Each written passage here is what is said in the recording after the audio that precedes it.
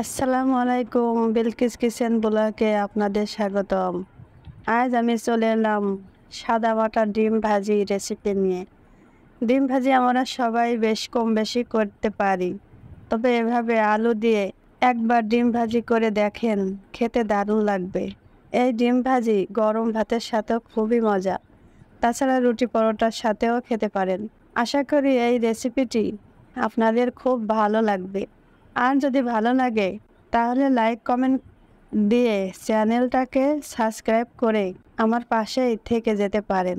তো চলুন রেসিপিটি দেখে নিই। ডিম ভাজির জন্য প্রথমে আমি একটা আলু ধুয়ে খোসা ছাড়িয়ে নিয়েছি। এখন ব্লেড মেশিনের ছোট ছিদ্র দিয়ে আলুগুলো কুচিয়ে নেব। এভাবে ছোট ছোট করে আলুগুলো কুচিয়ে নেব।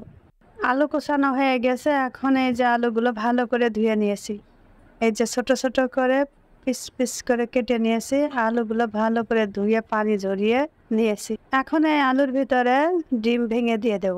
দুইটা ডিম দিয়েছি, আপনারা একটা ডিম দিয়েও করতে পারেন কিংবা আরও দুইয়ের বেশি দিতে পারেন। এরপর ধনিয়া পাতা কুচি দিয়েছি, এরপর মরিচ কুচি দিয়েছি, এরপর পেঁয়াজ কুচি দেব, এরপর স্বাদ অনুযায়ী লবণ দেব, এরপর অল্প একটু হলুদ দেব, এরপর আধা টেবিল চামচ জিরার গুঁড়া দেব ও আধা টেবিল চামচ মরিচের গুঁড়া দেব।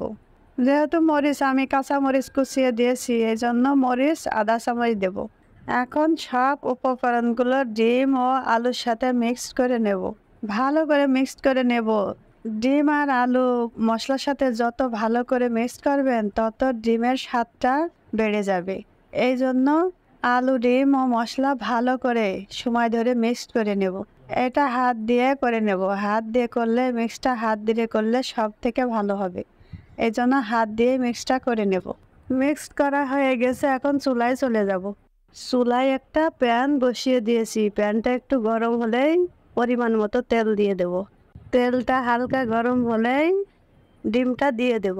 ডিমটা দিয়ে হাতার সাহায্যে এই পাশে চারিপাশে মেলিয়ে দেব। এভাবে চারিপাশে ভালো করে মেলিয়ে দেব। এভাবে চারিপাশে মেলিয়ে দিতে হবে, তা না হলে এক এক জায়গায় থাকলে ডিমটা ভাজা ভালো হবে না। এই জন্য চারিপাশে সমান তালে মেলিয়ে দেব, দিয়ে 2 মিনিটের জন্য ঢেকে দেব। এ পর্যায়ে চুলার জালটা মিডিয়ামে রাখবো।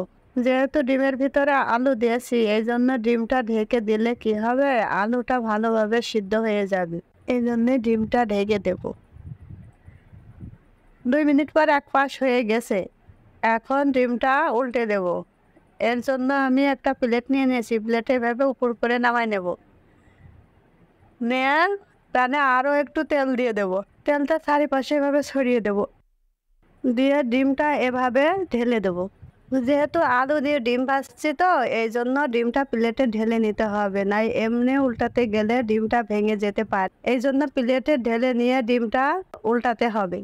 এরপর আবারও 2 মিনিটের জন্য ঢেকে দেব। 2 মিনিট পর এই যে ডিমটা ভাজি হয়ে গেছে, এই যে দেখেন কত সুন্দরভাবে ভাজি হয়ে গেছে। এখন এই যে পিস পিস করে আপনাদের দেখাচ্ছি, আলুগুলো কত ইজিভাবে সুন্দর সিদ্ধ হয়ে গেছে। এভাবে ডিম ভাজলে, ডিম ভাজি দিয়ে 1 প্লেট ভাত অনায়াসে খাওয়া যেতে পারে। গরম ভাতের সাথে এই ডিম ভাজিটা খুবই দারুণ লাগে। তো আপনারা অবশ্যই বাসাতে এই ডিম ভাজিটা ট্রাই করে দেখবেন। আশা করি এই ডিম ভাজিটা বাসার ছোট বড় সবাই পছন্দ করবে। আশা করি রেসিপিটি আপনাদের খুব ভালো লেগেছে।